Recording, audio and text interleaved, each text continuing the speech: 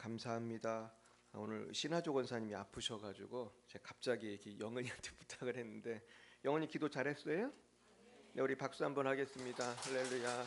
네, 우리 또 신하조 권사님 위해서 많이 기도해 주시기 바랍니다. 이 권사님이 작년만 해도 되게 쌩쌩하셨는데 야, 이게 1년 사이에 많이 노쇠해지신 것 같아요. 우리 교회 모든 권사님들 다 건강하시기를 축원합니다. 다 오래오래 사시기를 축복합니다. 예, 우리 하나님 말씀 보겠습니다. 우리 요한복음 19장 말씀을 같이 보겠습니다. 요한복음 19장 17절부터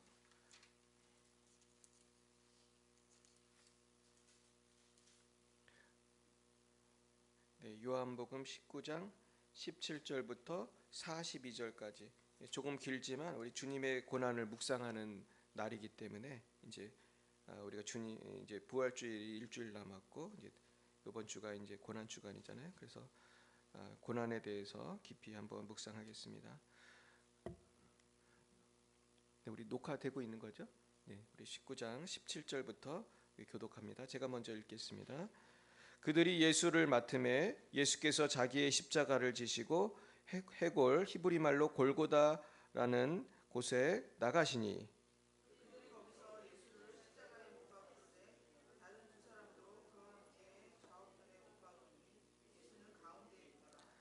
빌라도가 패를 써서 십자가 위에 붙이니 나사렛 예수 유대인의 왕이라 기록되었더라.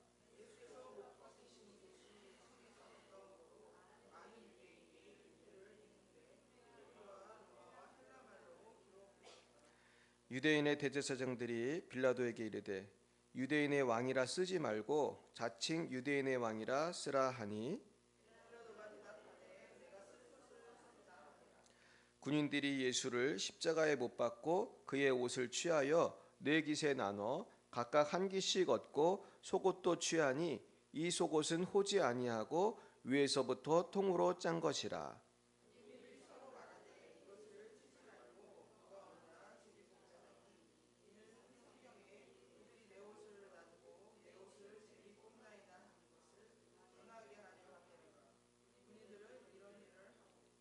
예수의 십자가 곁에는 그 어머니와 이모와 글로바의 아내 마리아와 막달라 마리아가 섰는지라.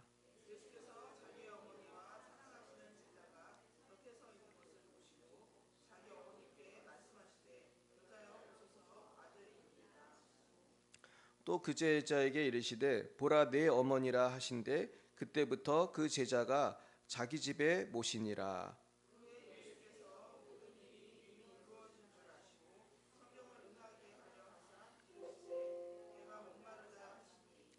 거기 신포도주가 가득히 담긴 그릇이 있는지라. 사람들이 신포도주를 적신 해면을 우슬초에 매어 예수의 입에 대니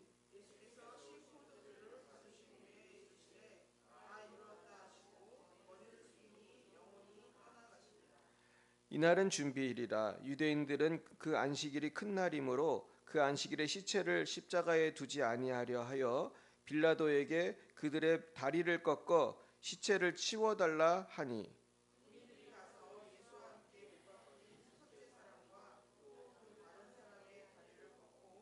예수께 이르러서는 이미 죽으신 것을 보고 다리를 꺾지 아니하고 그중 한 군인이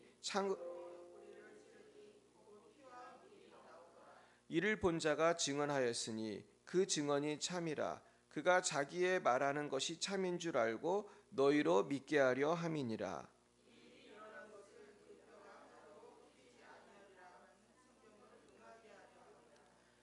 또 다른 성경에 그들이 그 찌른 자를 보리라 하였느니라.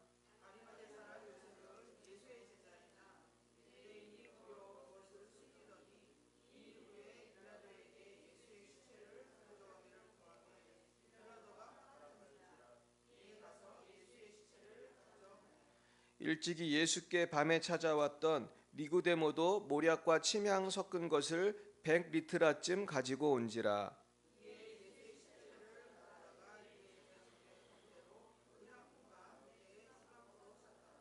예수께서 십자가에 못 박히신 곳에 동산이 있고 동산 안에 아직 사람을 장사한 일이 없는 새 무덤이 있는지라.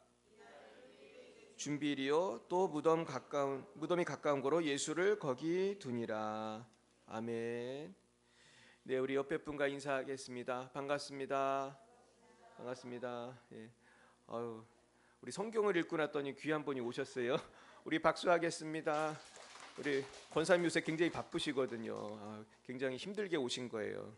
하나님이 만배의 복을 주실 줄 믿습니다. 잠깐 기도하겠습니다. 좋으신 주님, 우리에게 이렇게 복된 주의를 주시고 아버지, 우리가 무엇보다도 예수님의 십자가의 보혈의 은혜로 영생을 얻게 하여 주심을 감사합니다. 아버지, 영생의 선물을 주신 주님께 우리는 무엇을 드렸나 오늘 생각하는 시간 되게 주시옵소서. 우리도 이제는 주님을 위해 보답하는 우리 모두가 되게 하여 주옵소서. 예수님 이름으로 기도드렸습니다. 아멘. 할렐루야.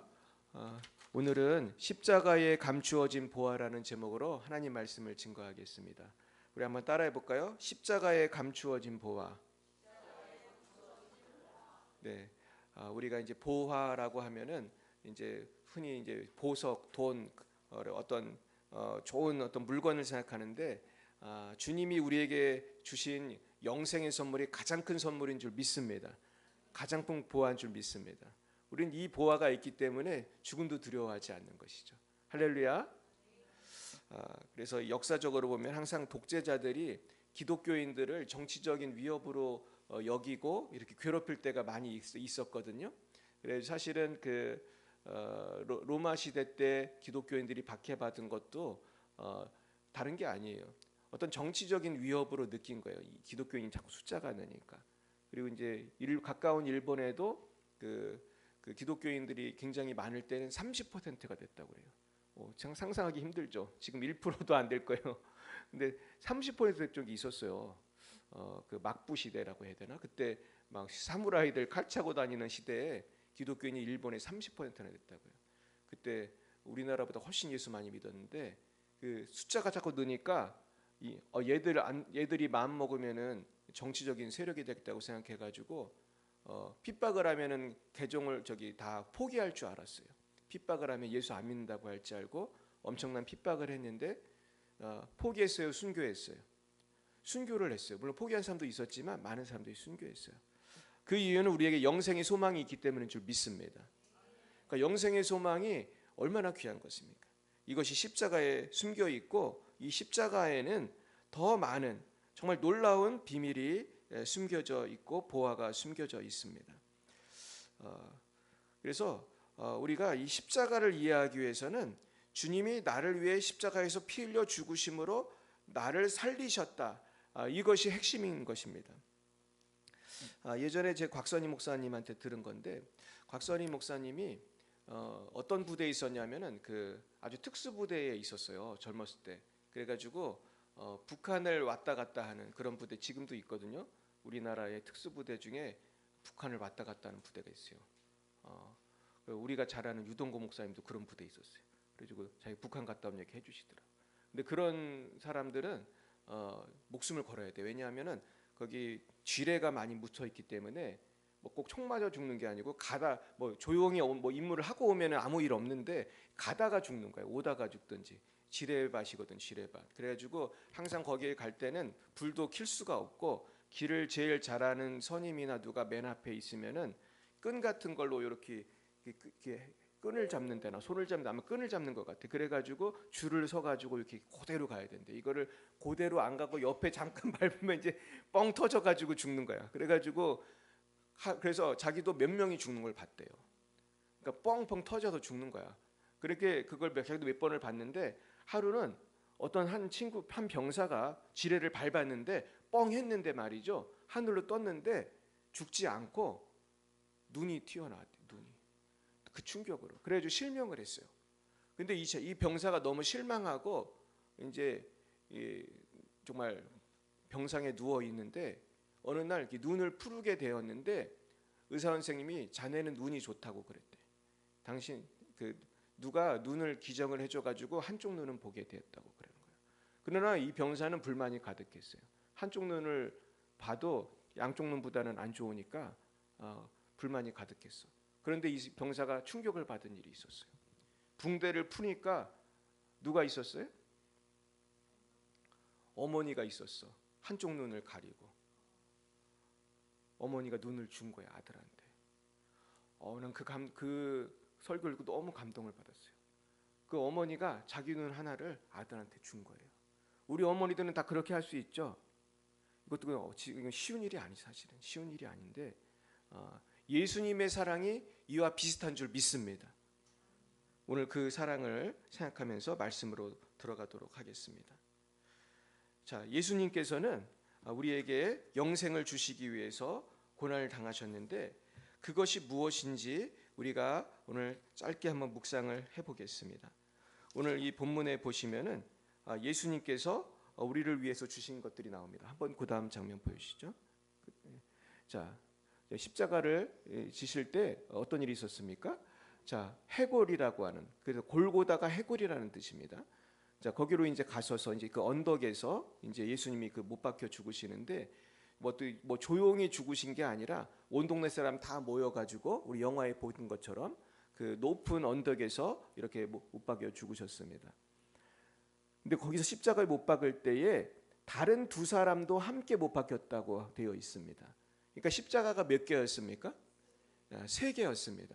그래서 3개였고 온 동네 사람들 다 와서 그 광경을 보고 있었어요. 그러면서 빌라도가 패를 써서 유대인의 왕이라고 이렇게 붙였어요. 아마 빌라도가 일말의 양심이 있었는지 이런 패를 붙인 것 같아요. 그래서 여기에는 라틴어로 또 히브리어로 아마 헬라어인가 그렇게 3 언어로 이렇게 붙였다고 제가 알고 있어요. 그 다음 보겠습니다. 자, 못 박히신 곳이 성에서 가까운 거로 많은 유대인이 이 패를 읽는데 히브리 말, 로마, 헬라 맞죠? 히브리 말, 로마어가 라틴어예요. 헬라 말로 기록되었더라. 자, 그러면서 유대인의 대제사장들이 빌라도한테 항의를 합니다. 유대인의 왕이라 쓰지 말고 뭐라고 쓰라고 했어요? 자칭 유대인의 왕이라고 쓰라, 이렇게 항의를 했어요. 그랬더니 빌라도가 뭐라고 했습니까? 내가 쓸 것을 썼다. 그러면서 타협하지 않았어요. 전 여기서 빌라도가 뭔가 예수님을 가까이서 보면서 감동을 받은 게 있었기 때문이라고 생각해요. 일말의 양심이 있어서 이렇게 쓴 것 같아요. 그 다음 보겠습니다. 그래서 사실은 빌라도는 그 후에 몇 년 있다가 어떤 일로 죽게 됩니다. 자, 그 다음에 군인들이 예수를 십자가에 못 박고 그의 옷을 취하여 4깃에 나눠 각각 한 깃씩 속옷도 취하되 이 속옷은 호지 아니하고 위에서 통으로 짠 옷이었습니다. 근데 군인이 뭐라고 했습니까? 24절 읽어봅니다. 서로 말하되 이것을 찢지 말고 누가 얻나 제비 뽑자 하니 이는 성경에 그들이 내 옷을 나누고 내 옷을 제비 뽑나이다 한 것을 응하게 하려 함이라. 군인들이 이런 일을 하고, 이 말이 이 제비를 뽑은 것이, 속옷을 제비 뽑은 것이 성경에 나와요. 구약 성경에 예언되어 있어요. 이따가 제가 그 부분을 알려드릴 것입니다. 그 다음,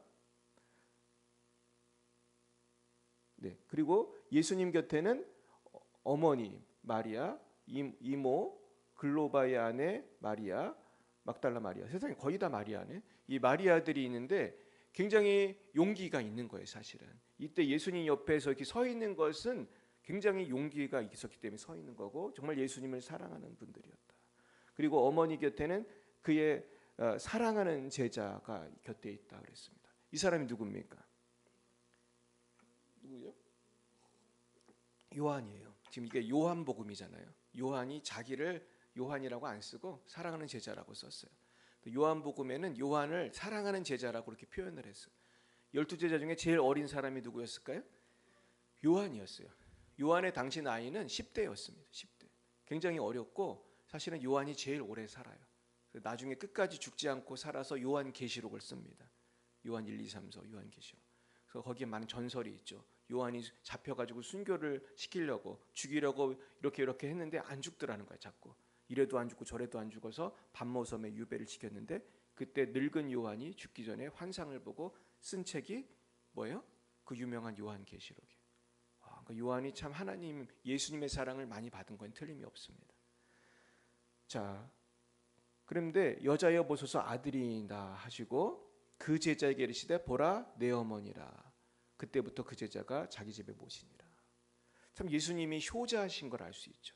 예수님 지금 현장에서 지금 죽고 있는데 요한한테 야 네가 우리 어머니 좀 모셔라. 이해가 가시죠? 지금 그런 상황인 것입니다.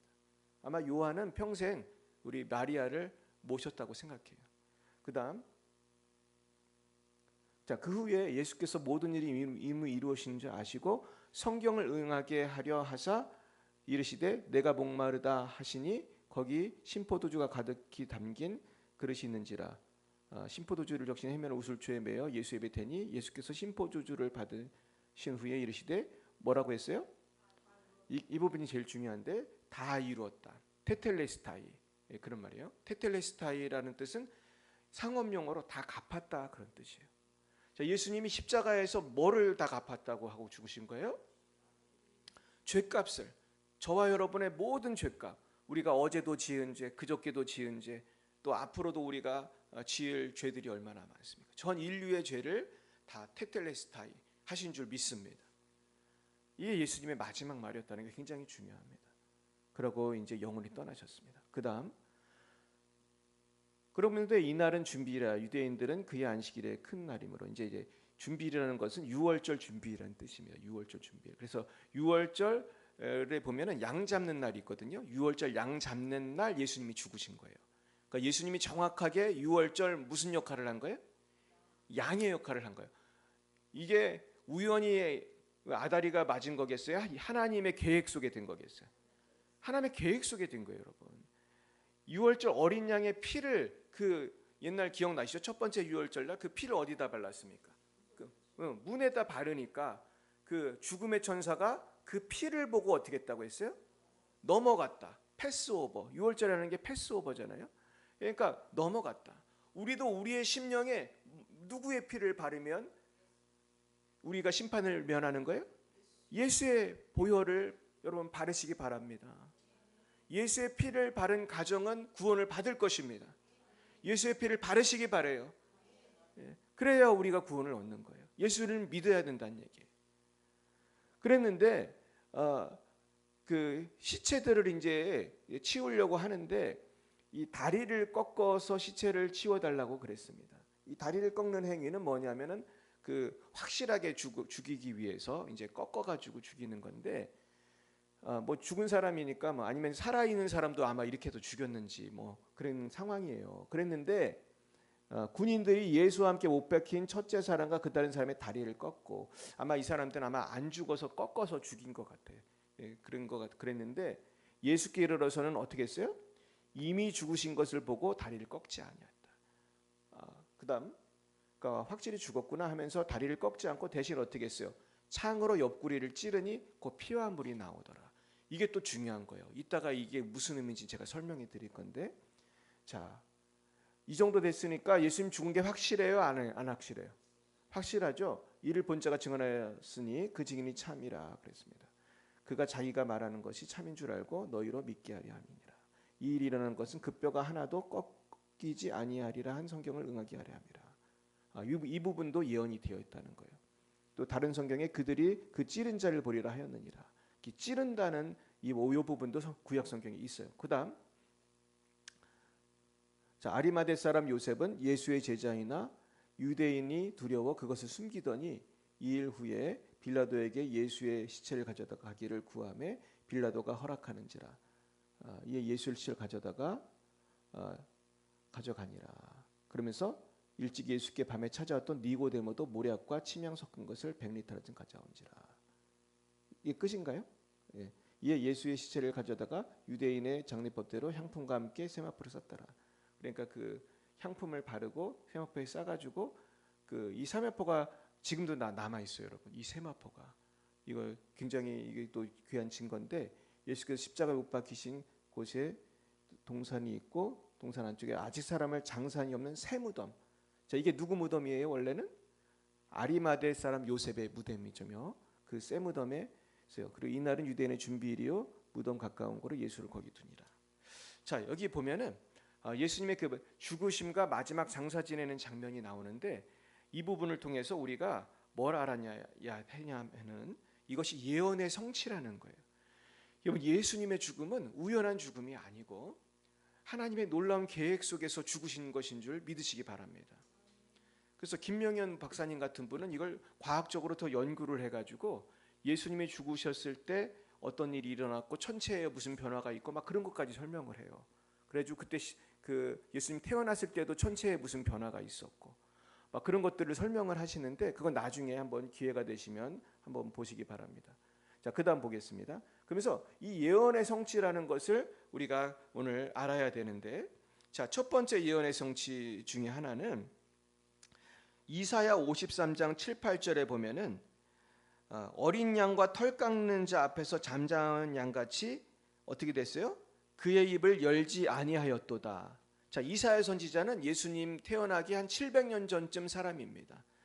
그때 벌써 예수님이 이러한 고난을 당할 때 입을 열지 않을 것을 예언했습니다. 그는 곤욕과 신문을 당하고 끌려갔으나 그 세대 중에 누가 생각하기를 그가 살아있는 자들의 땅에서 끊어짐은 마땅히 형벌받을 내 백성의 허물 때문이라 하였으리요. 지금 신문을 당할 때 말을 하지 않을 거라는 것을 예언했어요. 이 예언이 이루어졌나요? 이루어졌죠. 지난주에 제가 빌라도에게 예수님 신문 받을 때 변호하지 않았다고 했잖아요. 물론 한두 마디 하긴 했지만 자기를 변호하지 않고 침묵하셨단 말이에요. 이 예언이 이루어졌습니까? 이 예언이 성취됐습니까? 성취됐습니다. 이게 이제 빌라도의 재판에서 나타난 기록이에요. 두 번째 예언의 성취는 제비 뽑았다는 거예요. 아까 성경에 나온 것처럼 군인들이 예수를 십자가에 못 박고 그의 옷을 취하여 그 속옷을 취했는데 24절에 보면 누가 얻나 하고 제비 뽑자 했다고 그랬습니다. 이는 성경에 그들이 내 옷을 나누고 내 옷을 제비 뽑나이다 한 것을 응하게 하려 함이로라. 자, 근데 이게 어디에 나오냐면 시편 22편에 나옵니다. 자, 보여주세요. 자, 읽어보겠어요. 개들이 나를 에워쌌으며 악한 무리가 나를 둘러 내 수족을 찔렀나이다. 내가 내 모든 뼈를 셀 수 있나이다. 그들이 나를 주목하여 보고 내 겉옷을 나누며 속옷을 제비 뽑나이다. 여호와여 멀리하지 마옵소서. 나의 힘이시여 속히 나를 도우소서. 이것은 다윗이 예언한 시편에 나오는 말인데, 다윗은 언제적 사람이에요? 예수님하고 1000년 차이가 납니다. 1000년 차이. 여러분, 이게 확률적으로 가능한 일입니까? 1000년 전에 제비 뽑을 거를 예언한 거예요. 수족을 찌르고 이게 못 박혀 죽는 것도 예언했고 속옷을 제비 뽑는 것을 다윗이 예언했다는 것은 정말 놀라운 일입니다. 여러분, 예언이 성취되었습니까? 성취되었습니다. 그 다음 세 번째 예언은 찔림인데, 이 찔림에 대한 예언은 여기저기 나옵니다. 여기저기 방금 시편에도 나왔는데 이사야 53장 5절에 보면 뭐라고 되어 있어요? 그가 찔림은 우리의 허물 때문이요 그가 상함은 우리의 죄악 때문이라. 그가 징계를 받음으로 우리는 평화를 누리고 그가 채찍에 맞음으로 우리는 나음을 받았도다. 예수님이 채찍에도 맞으셨는데 그것도 정확하게 이사야 선지자가 예언하고 있어요. 예수님 700년쯤 전의 사람인데 이것이 우연이 아닌 줄 믿습니다. 네 번째 예언의 성취는 아까 말한 뼈가 꺾이지 않으신 부분이에요. 자, 그 부분이 우리가 방금 읽었는데 시편 34편에 그 부분이 나와요. 읽어봅니다. 그의 모든 뼈를 보호하시며 그 중에서 하나도 꺾이지 아니하도다. 이것도 놀랍게 예언을 했고, 민수기 9장 12절 읽어봅니다. 아침까지 그것을 조금도 남겨두지 말며 그 뼈를 하나도 꺾지 말아서 유월절 모든 율례대로 지킬 것이니라. 이게 무슨 뜻입니까? 유월절 어린 양을 잡을 때 뼈를 꺾지 말라고 하는 규례가 있었어요. 근데 그 규례대로 예수님도 뼈가 안 꺾이신 게 예언이 되어 있었던 거예요. 그러니까 민수기에 나온 거는 유월절 규례고 시편에 나온 것은 이 유월절 규례와 별도로 메시아의 뼈가 꺾이지 않을 거에 대한 예언이에요. 여러분, 이 예언이 성취되었습니까? 성취된 것입니다. 그래서 그리고 다섯 번째 예언의 성취를 보겠어요. 자, 이 부분이 참 놀라운데 이사야 53장 9절 읽어봅니다. 시작. 그는 강포를 행하지 아니하였고 그의 입에 거짓이 없었으나 그의 무덤이 악인들과 함께 있었으며 그가 죽은 후에 부자와 함께 있었도다. 자, 여기서 뭘 할 수 있습니까? 이사야 예언 중에 예수님의 시체가 부자 무덤에 들어간다는 것을 알 수가 있는데, 아까 말한 아리마대 요셉이 어떤 사람인가 보겠어요. 누가복음 23장 50에서 51절 읽어봅니다. 시작.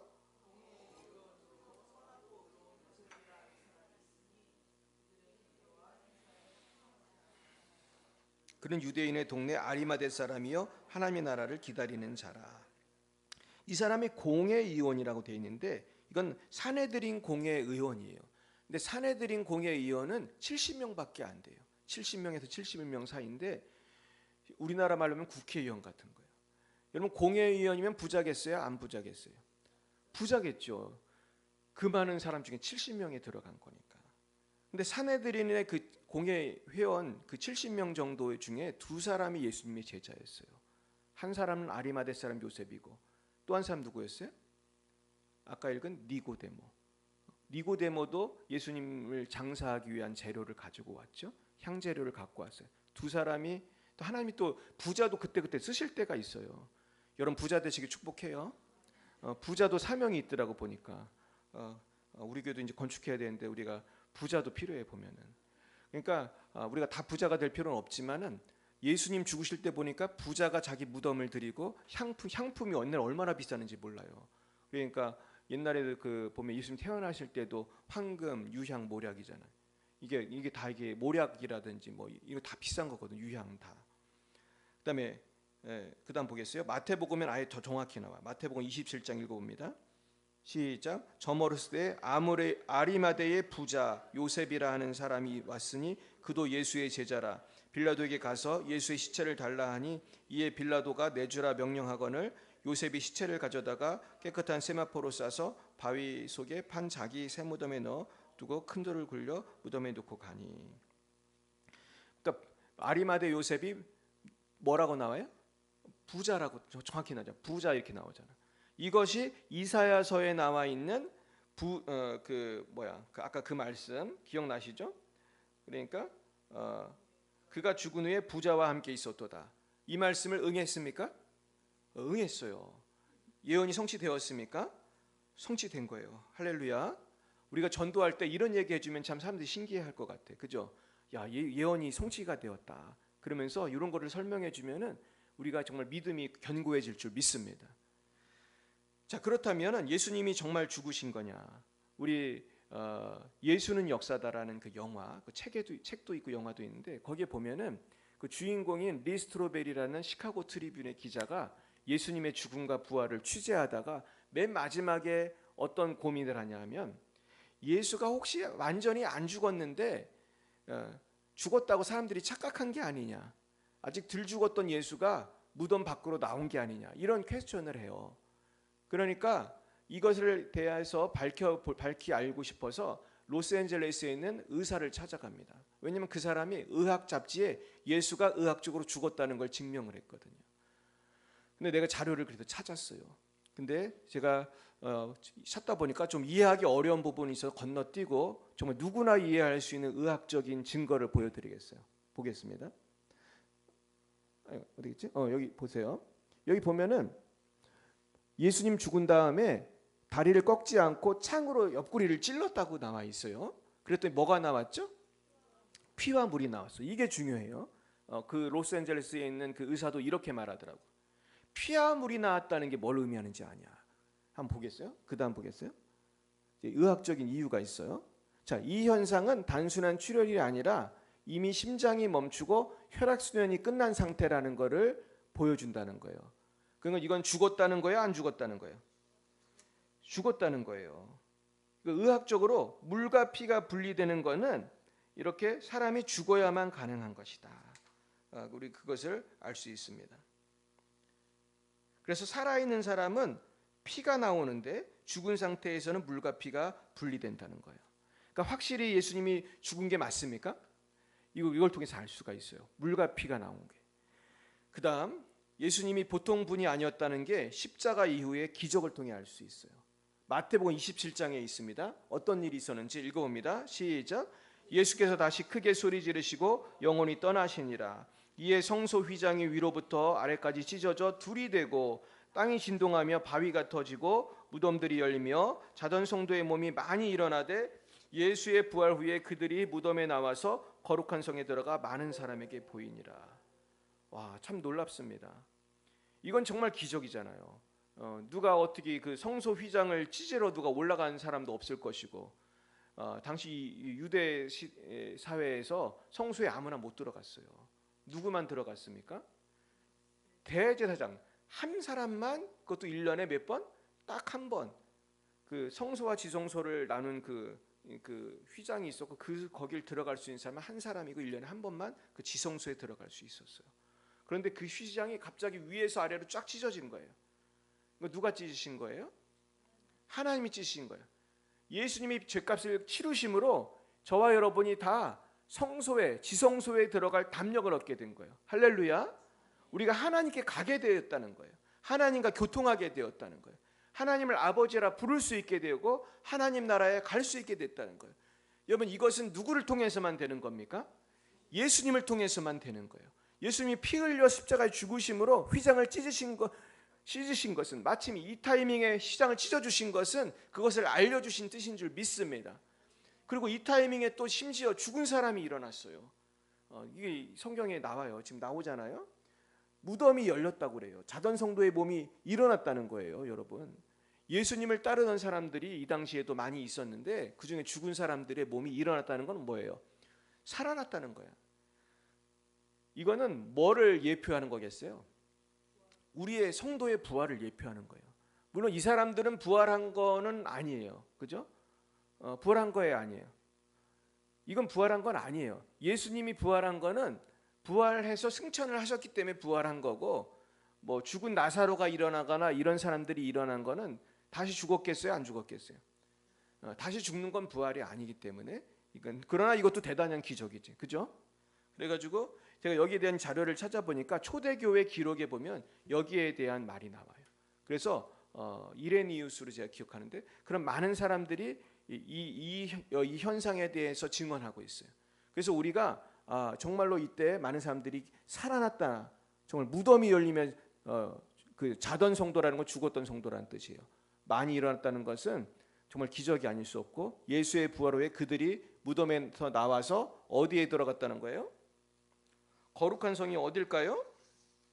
예루살렘을 말하는 거예요.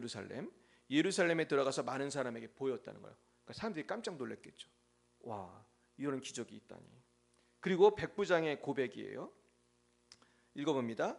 백부장과 및 함께 예수를 지키던 자들이 지진과 그 일어난 일들을 보고 심히 두려워하여 이르되 이는 진실로 하나님의 아들이었도다 하더라. 할렐루야. 백부장이 지진 나고 죽은 사람이 나오는 걸 봤을지도 몰라요. 그러니까 와, 정말 하나님 아들이구나, 아마 이렇게 생각한 거예요. 자, 그래서 이제 진짜 중요한 부분을 하겠습니다. 그렇다면 예수님이 이렇게 하나님의 아들이신 예수님이 십자가에서 죽으셨다는 건 무엇을 의미할까? 이건 거룩한 교환을 의미한다고 할 수 있어요. 제가 이전에 데릭 프린스라고 하는 목사님이 쓴 책을 읽었는데, 그분이 거룩한 교환이라는 표현을 썼는데, 제가 인터넷에 찾아보니까 이 표현을 지금은 많이 쓰더라고요. The Great Exchange, 그 영어로 그렇게 썼는데, 위대한 교환이다. 어떤 교환이 일어났냐? 첫 번째 교환 보겠어요? 읽어봅니다. 주님이 우리 대신 죄짐을 지셔서 우리에게 의를 주셨습니다. 우리 고린도후서 5장 21절 읽어봅니다. 시작. 하나님이 죄를 알지도 못하신 이를 우리를 대신하여 죄로 삼으신 것은 우리로 하여금 그 안에서 하나님의 의가 되게 하려 하심이라. 예수님 십자가에 죽으신 이유는 당신이 우리 대신 죄가 되시고, 대신 우리는 누가 되게 하신 거예요? 하나님의 뭐가 되게 하신 거예요? 의가 되게 하신 거예요. 이게 얼마나 큰 기적입니까? 저와 여러분이 그렇게 죄를 많이 짓고 사는데 예수님만 믿고 회개에 기도하면 예수의 피가 우리의 모든 죄를 깨끗이 씻어서 우리가 뭐가 되는 거예요? 하나님의 의가 되는 거예요. 그냥 의도 아니고. 따라 보겠습니다. 하나님의 의가 되게 해주셨습니다. 여러분 감사하십니까? 이게 얼마나 놀라운 일이에요. 우리는 이제 의로운 사람이 된 거예요. 우리 따라해 보겠어요. 나는 의로운 사람이 되었습니다. 여러분 믿으시기 바랍니다. 예수님 때문에 된 거예요. 할렐루야. 두 번째 거룩한 교환. 둘째 교환은 주님은 우리 대신 저주를 지시고 우리에게 구원을 주셨어요. 자, 갈라디아서 3장 읽어봅니다. 그리스도께서 우리를 위하여 저주를 받은 바 되사 율법의 저주에서 우리를 속량하셨으니 기록된 바 나무에 달린 자마다 그 저주 아래에 있는 자라 하였습니다. 우리를 속량했다고 했어요. 그래서 내가 속량이라는 말을 찾아봤어요. 무슨 뜻이에요? 대가를 지불하고 노비나 포로를 사서 자유롭게 해주거나 죄의 대속을 통해 해방시키는 것을 뜻한다. 이렇게 되어 있는데 그 다음 보여주세요. 자, 속량은 한문으로 보면 몸값을 지불하다는 게 속자고 양민으로 신분을 풀어준다는 게 량자예요. 양민이 되게 한다. 그런 거. 속량. 그게 속량이 그런 뜻이에요. 그러니까 값을 주고 양민이 되게 했다. 노비에게. 이게 우리나라에서 쓰던 말이에요. 그래서 합성어인데 돈이나 물건을 대가로 치르고 종을 도와주어 자유를 주는 행위를 의미합니다. 그러니까 예수님께서 십자가에서 우리에게 영원한 자유와 구원을 주시기 위해 보혈로서 모든 죄값을 치르신 것입니다. 할렐루야. 이것이 거룩한 교환 두 번째예요. 우리를 속량하셨다. 대신 저주받으시고 우리에게 구원을 주셨다는 것입니다. 자, 세 번째 거룩한 교환은 우리의 질고를 대신 지시고 질병을 대신 지시고 우리에게 치유를 주셨다는 것입니다. 그래서 이사야 53장에 보면 그는 실로 우리의 질고를 지고 우리의 슬픔을 당하였거늘 우리는 생각하기를 그는 징벌을 받아 하나님께 맞으며 고난을 당한다 하였노라. 그가 찔림은 우리의 허물 때문이요 그가 상함은 우리의 죄악 때문이라.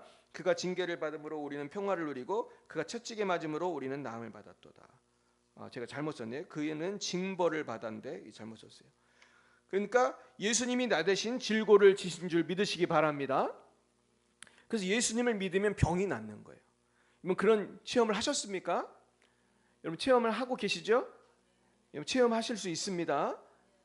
그리고 네 번째 교환은 뭐예요? 예수님이 십자가 죽으시고 우리는 자유를 누렸어요. 자유를 얻게 되었어요. 그래서 히브리서 읽어옵니다. 시작. 자녀들은 혈과 육에 속하였음에 그도 또한 같은 모양으로 혈과 육을 지니심은 죽음을 통하여 죽음의 세력을 잡은 자 곧 마귀를 멸하시며 또 죽기를 무수함으로 한평생 매어 종노릇하는 모든 자들을 놓아주려 하심이라. 예수님이 대신 죽으심으로 우리를 마귀에게서 자유케 하신 것입니다. 그래서 예수의 힘으로 마귀를 물리칠 때 마귀가 떠나가고 우리는 자유를 얻게 되는 거예요. 할렐루야. 이게 참 얼마나 놀라운지 알 수 없어요. 예수의 이름에 권세가 있어요. 그래서 제가 핸드폰으로 해외에 있는 분에게도 제가 축사를 하면 귀신이 떠나가요. 얼마나 놀라운지 몰라요. 제가 이번 주에도 제가 3번이나 전화했어요. 해외에 있는 어떤 분한테. 우리 정 집사님한테 내가 3번이나 전화를 했는데 얼마나 내가 축사하면서도 내가 그런 생각이 들더라고. 저는 빈 예배당에서 이제 핸드폰을 놓고 이제 물러가라고 기도하는데 아마 누가 보면 미쳤다고 생각할 거예요. 핸드폰 보고 사탄아 물러가라고 하고 있잖아요. 1시간 동안 막 기도하고 있거든요. 근데 그래도 정주희 지사님은 핸드폰에부터 들으니까 막 기침을 하시더라고. 콜록콜록 기침하면서 뭐가 나가는 거야? 악한 영이 나가는 거예요.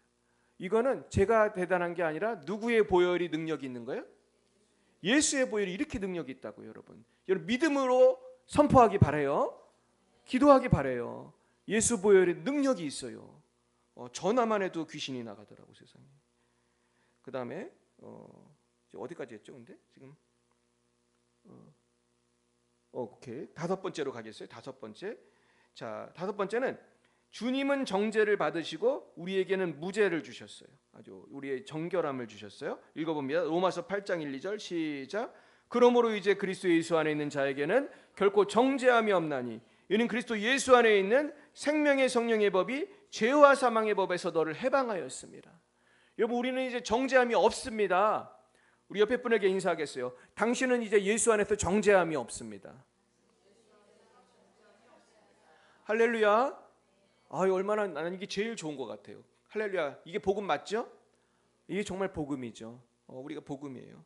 그 다음에 거룩한 교환 6번째. 십자가로 죄의 몸이 죽고 새 사람을 입게 됐어요.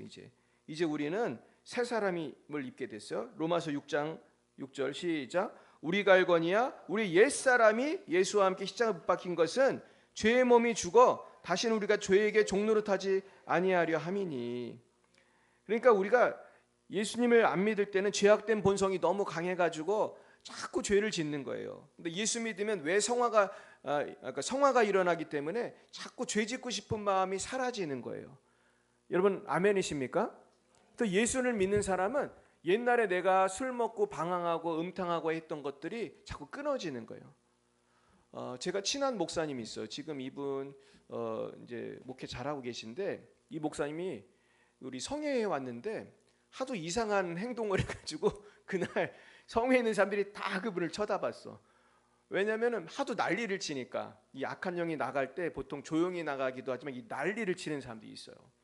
그래가지고 난리를 치고 막 이상한 소리 지르고 막 난리를 쳐. 그래가지고 내가 이분을 좀 불쌍히 여겨가지고 기도를 많이 해드렸는데 나중에 저하고 친해졌어요.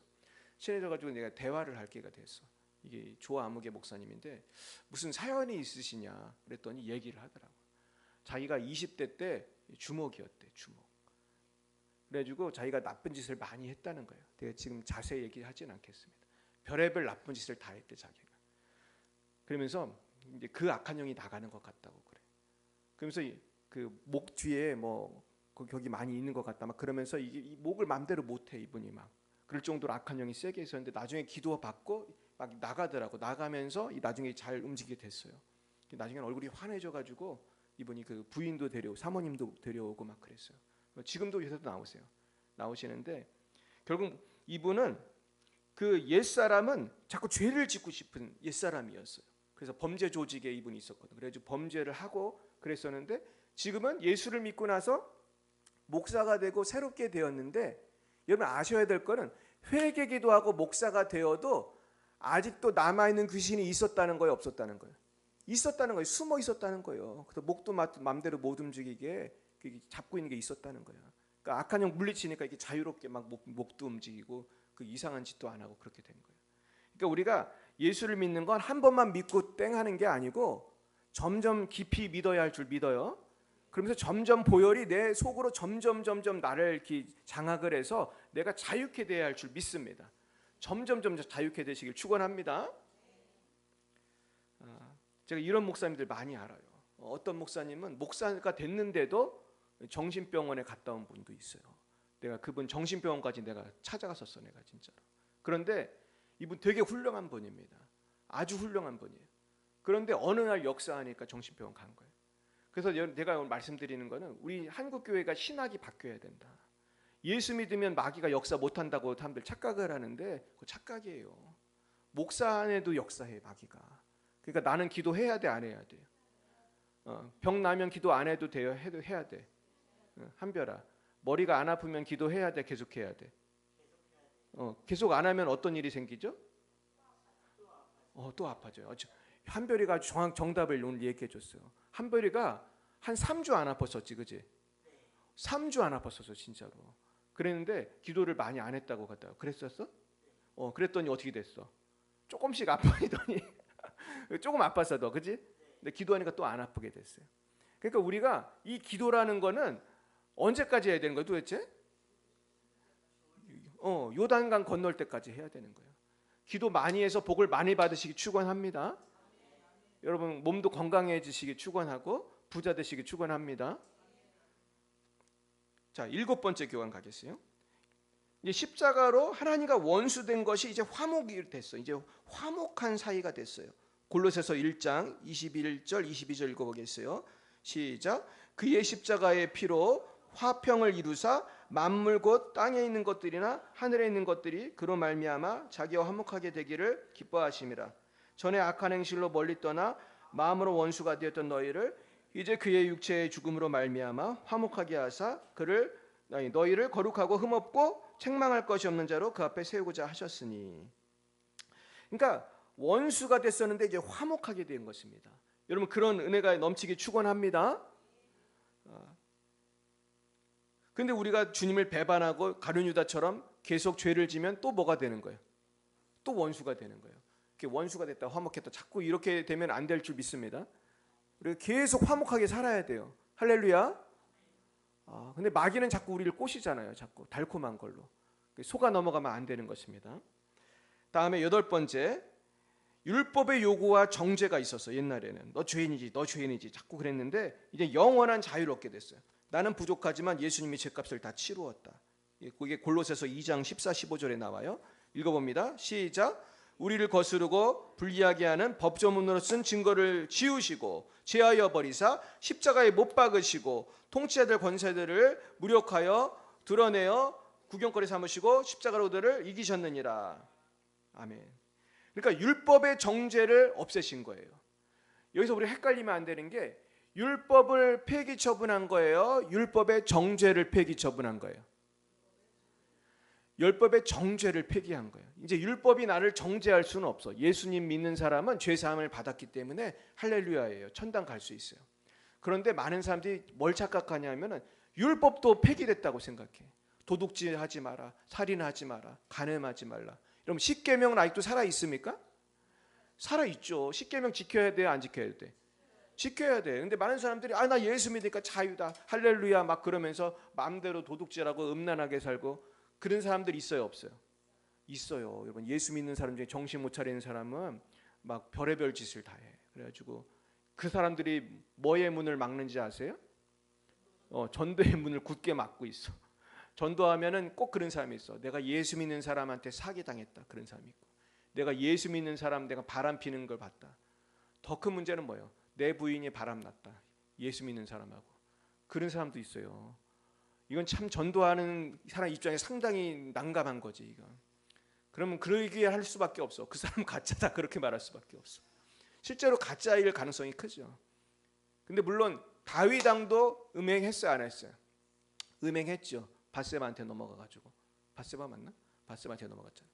그러니까 우리가 쉬지 말고 기도하는 게 맞고요, 율법을 같이 폐기해서는 절대로 안 된다. 할렐루야. 자유롭게 사는 건 좋아요. 자유롭게, 할렐루야, 자유롭게 살다가, 그러나 율법은 버려지면 안 된다. 자, 그 다음에 9번째, 이게 참 축복된 건데, 가난하게 되심으로 부욕해 하셨다는 말씀이 고린도후서 8장 9절에 있어요. 읽어봅니다. 우리 주 예수 그리스도의 은혜를 너희가 알거니와 부요하신 이로써 너희를 위하여 가난하게 되심은 그의 가난함으로 말미암아 너희를 부요하게 하려 하심이라. 이것은 이제 십자가 사건이라기보다는 공생의 사건을 말하는 거죠. 예수님이 부자로 살았다는 거예요, 가난하셨다는 거예요? 가난하셨어요. 가난하게 사셨는데 이건 누구를 부요하게 하려고 했다는 거예요? 우리를. 그러니까 우리는 부요하게 될 권리가 있습니까? 따라해 보겠어요. 나는 예수님 때문에 부자가 될 권리가 있다. 할렐루야. 아멘. 우린 부자가 될 권리가 있어요. 저도 부자가 될 권리 있어요? 저는 뭐 부자 될 권리 관심이 별로 없지만은 우리 교회가 잘 되고 여러분들이 잘 되길 축복합니다. 그래서 저는 예수를 잘 믿는 것이 물질의 축복도 있다고 분명히 믿어요. 왜냐하면 성경에 있어요, 없어요? 있잖아, 분명히 약속했잖아요. 이 말씀 꼭 붙들고 기도하기 바랍니다. 우리 부자 되게 해달라고. 그래, 부자가 됐으면 내가 다 먹어야 되면 나눠줘야 돼. 나눠줘야 돼. 그래도 우리 한별이도 밥 사줄 거야, 안 사줄 거야? 아니, 난 안 사줘도 되는데 내가 지난번에 한별이를 만났는데 김영식 집사님이 보리밥 사줬다고 그랬잖아, 그치? 그 내가 한별이한테 돈 벌어서 김영식 집사님 사주라고 내가 그랬거든. 근데 사줄 거야? 할렐루야. 우리가 이렇게 나눠 먹어야 되는 거야. 할렐루야. 그 다음에 그럼 십자가 신앙이 뭐냐 보겠습니다. 결론을 가겠는데, 첫째는 뭐예요? 읽어봅니다. 예수님의 십자가를 통해서 하나님의 사랑을 믿고 주신 놀라운 구원의 은총을 항상 기뻐하고 범사에 감사해야 되는 거야. 그러니까 십자가 사랑 때문에 항상 기뻐할 수 있습니까? 그냥 십자가 구원만 갖고도 항상 기뻐할 수 있잖아요. 생각해보세요. 예를 들면 우리 아버지가 나한테 100억 원을 어느 날 유산으로 주셨어. 이것만 갖고도 1,000원, 2,000원 이런 것 때문에 낙심할 필요 없잖아요. 이해 가시죠? 우리는 100억이 아니라 얼마짜리 천국 받았어요? 돈으로 살 수 없는 영원한 천국, 영원한 행복. 할렐루야. 우리 천국은 꼭 죽어야 가는 거야? 지금도 누릴 수 있어요? 지금도 누릴 수 있어요. 할렐루야. 이 천국이 어디 있어요? 내 마음에 있고 우리 열방비 사랑교회에 있고. 할렐루야. 한별이한테 임했어요. 할렐루야. 천국이 임하니까 귀신이 떠나가잖아, 그죠? 귀신이 떠나가는 곳에 하나님의 나라가 임한 거거든요. 거기 성경에 나와 있어. 그러니까 천국은 악한 영이 떠나갈 때 임하는 거야.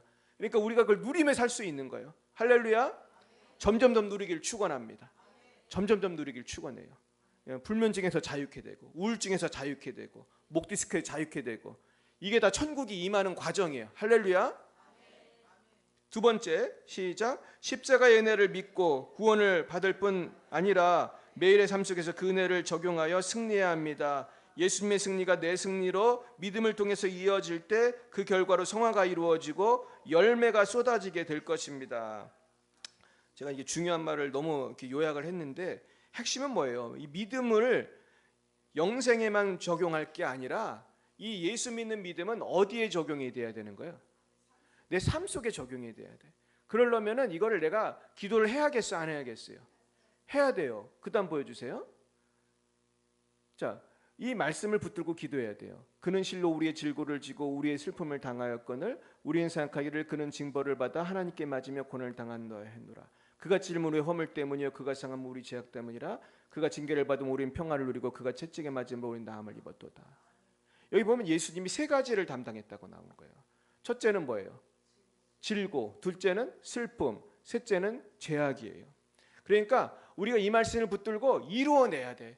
이 말씀은 이미 주님이 주신 약속이기 때문에 이 약속을 붙들고 하나님 내 병을 고쳐주세요. 내 슬픔이 기쁨이 되게 해주세요. 내 죄악을 씻어주세요. 여러분 기도해야 할 줄 믿습니다. 그 다음 보세요. 아니요, 그 뒤에 내가 기도에 대해서 뭐 쓴 거 있었는데 그 말씀 전에 없었어요? 내가 지웠나? 결국은 이 말씀을 붙들고 기도하자. 그 내용을 썼던 것 같아요. 자, 그래서 오늘의 말씀은 이렇게 정리하고요. 우리 예수님 십자가에 죽으신 장면을 한번 같이 보려고 해요. 그러면서 이제 우리가 머리로만 느끼는 게 아니라 어디로 느껴야 돼요? 가슴으로 느끼고 내가 온전히 통회 자복하고 회개할 때 하나님 나라가 임할 줄 믿습니다. 우리 한번 영화 한 8분 정도 될 것 같은데 한번 같이 보겠습니다.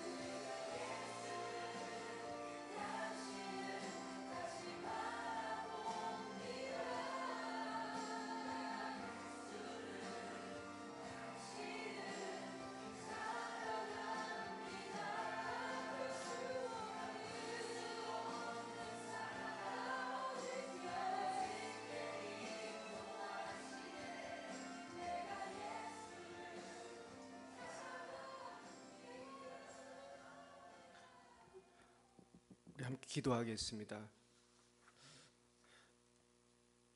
이 시간 같이 합심해서 기도할 때 주님은 날 위해 십자가에 죽으셨건만 우리 얼마나 주님을 많이 부인하며 세상을 좋아하며 살았습니까? 죄를 마음대로 짓고 담대하게 복음을 전해야 되는데 전도는 못하고 담대하게 죄를 지었던 것을 회개합니다. 주여 나를 변화시켜 주시옵소서.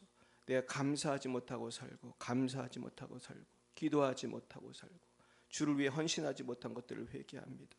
이 시간 이제 주를 위해 살기 원합니다. 이 시간 같이 주님 3번 부르고 기도하겠습니다. 주여 주여 주여. 아버지, 주님은 나를 위해 십자가에 죽으셨는데 우리는 정말 세상을 사랑해서 세상을 아버지 위해 세상의 것들을 쫓아 살아갈 때가 너무나 많았고 주님이 주신 십자가의 놀라운 구원을 우리가 가볍게 여기고 헛된 것을 따라 살았던 것을 회개합니다. 아버지, 주님을 위해서 우리가 헌신하고 살아야함에도 불구하고 아버지 육신을 위해서 썩어질 것을 위해서 아버지 살았던 것을 회개합니다. 내가 주님을 위해서 충성을 다함에도 불구하고 아버지 내가 썩어질 것을 위해서 알고 하루하루 게으르게 살고 나태하게 살고 내가 정말 기도하지 않고 전도하지 않고 헌신하지 않고 아버지 살았던 것들을 회개합니다.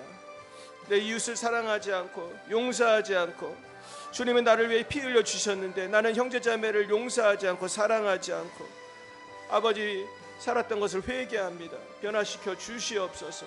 변화시켜 주시옵소서. 아발라이샤바라바다다. 주여 우리를 변화시켜 주시옵소서. 아발라이샤바라바다.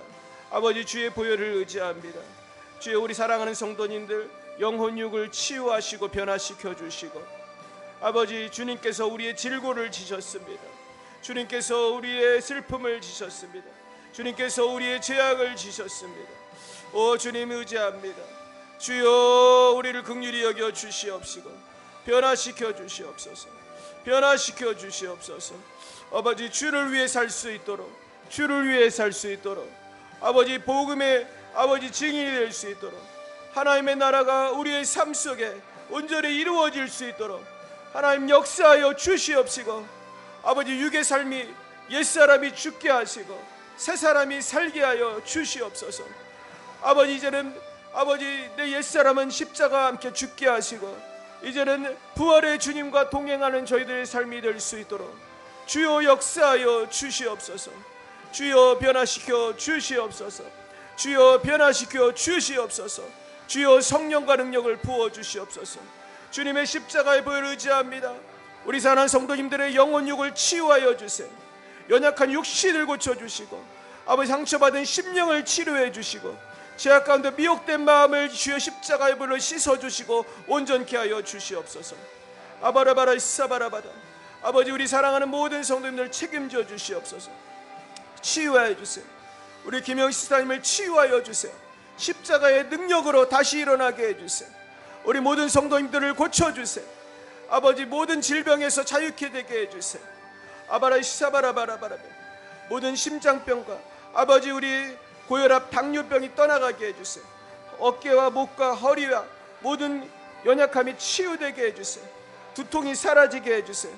아버지 발의 통증이 사라지게 해주세요. 아버지 치유해 주세요. 우울감이 사라지게 해주세요. 불면증이 사라지게 해주세요. 아바라베베. 주여 굴에 있는 영민이와 캐나다에 계신 아버지 우리 정지사님과 세범이를 치유해 주시고 고쳐주시고 인도해 주세요. 하나님 아버지 우리 한 사람 한 사람을 회복시켜 주세요. 영혼육 환경을 치유해 주세요. 주여 원수마귀를 물리쳐 주세요.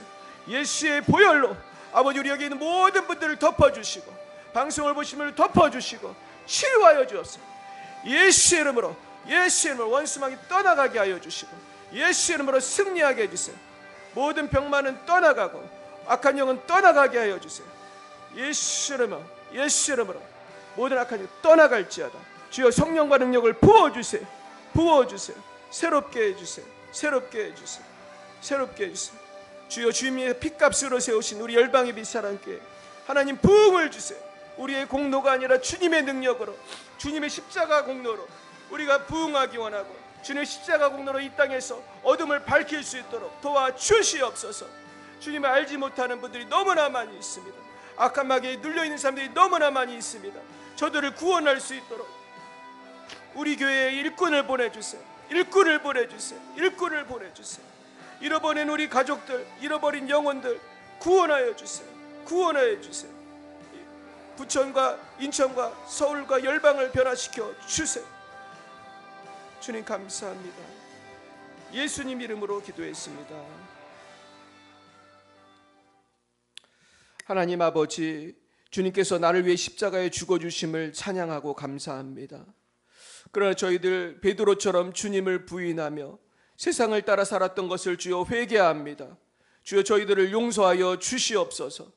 이제는 내가 아버지 주님을 부인하지 않고 주를 위해 살아갈 수 있도록 주여 성령과 능력을 부어주세요. 주님의 고귀하신 십자가의 보혈, 골고다의 보혈이 주여 저희들의 영혼과 육신과 삶 속에, 우리의 가정 속에, 이 교회와 열방 속에 임하여 주시옵시고, 아버지 방황하는 대한민국의 영혼들에게, 젊은이들에게 주의 보혈이 임하여 주시옵시고, 우리를 괴롭히는 악한 영들이 다 떠나가게 하여 주시고, 아버지 주님의 성령의 임하심으로 하나님의 나라가 이 땅에 이루어지게 하여 주옵소서. 아버지 오늘도 주 성령님께서 함께해 주실 줄로 믿습니다. 아버지 감사합니다. 예수님 이름으로 기도드렸습니다. 아멘. 네, 광고 말씀드리겠습니다. 고난 주간을 맞이하여 십자가의 주님을 묵상하고 기도하며 전도하는 귀한 시간이 있었으면 좋겠습니다. 그리고 다음 주일은 부활주일이고 창립 8주년 예배가 되겠습니다. 우리가 많은 분들을 전도해 주시고, 제가 이제 생각난 거는 우리 교회에 나오다가 이제 다른 교회 가신 분들도 있고 많이 계신데 좀 초청하면 좋겠다. 우리가 홈커밍 데이처럼 그렇게 우리가 가족들도 전도하고 이웃들도 전도하고 또 우리 교회 다녔던 분들도 다시 한번 와서 같이 축하하고 주님께 감사하는 시간이 있었으면 좋겠습니다.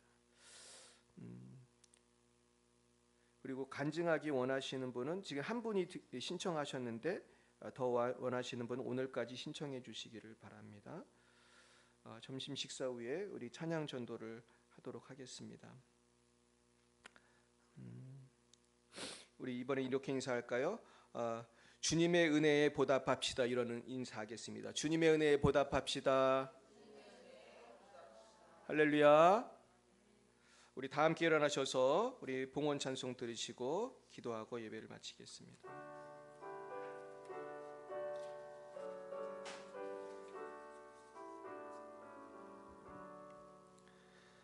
내게 있는 모든 것을 주 손과 사랑하고 의지하며 주만 따라 살리라. 주께 드리네, 주께 드리네. 사랑하는 구주 앞에 모두 드리네. 내게 있는 모든 것을 겸손하게 드리네. 세상 욕심 멀리하니 나를 받아 주소서. 주께 드리네, 주께 드리네. 사랑하는 구주 앞에 모두 드리네. 내게 있는 모든 것을 주를 위해 드리네. 주의 성령 충만하게 내게 내려 주소서. 주께 드리네, 주께 드리네. 사랑하는 구 앞에 모두 드리네. 아멘. 사랑의 주님, 이 시간 주님의 십자가 은혜에 감격하여 또한 우리에게 베풀어 주신 모든 은혜와 축복에 감사하여 예물을 드립니다. 아버지, 예물 받으시고 하늘의 영광 받으시며 또한 예물을 바친 손길에는 하늘의 신령한 복과 땅의 기름진 복으로 은혜 내려 주시옵소서. 이 시간 주님께 모든 영광과 찬송을 올려드립니다. 여호와는 내게 복을 주시고 너를 지키시기를 원하며 여호와는 그의 얼굴을 내게 비추사 은혜 베푸시기를 원하며 여호와는 그 얼굴을 내게로 향하여 드사 평강 주시기를 원하노라. 지금은 살아계신 주 예수 그리스도의 구속의 은혜와 하나님 아버지의 놀라우신 사랑하심과 성령의 교통하심이 날마다 십자가 붙들고 믿음으로 승리하기로 다짐하는 사랑하는 제자들 머리 위에 이제와 영원 뭉토록 함께 하옵시기를 간절히 축원하옵나이다.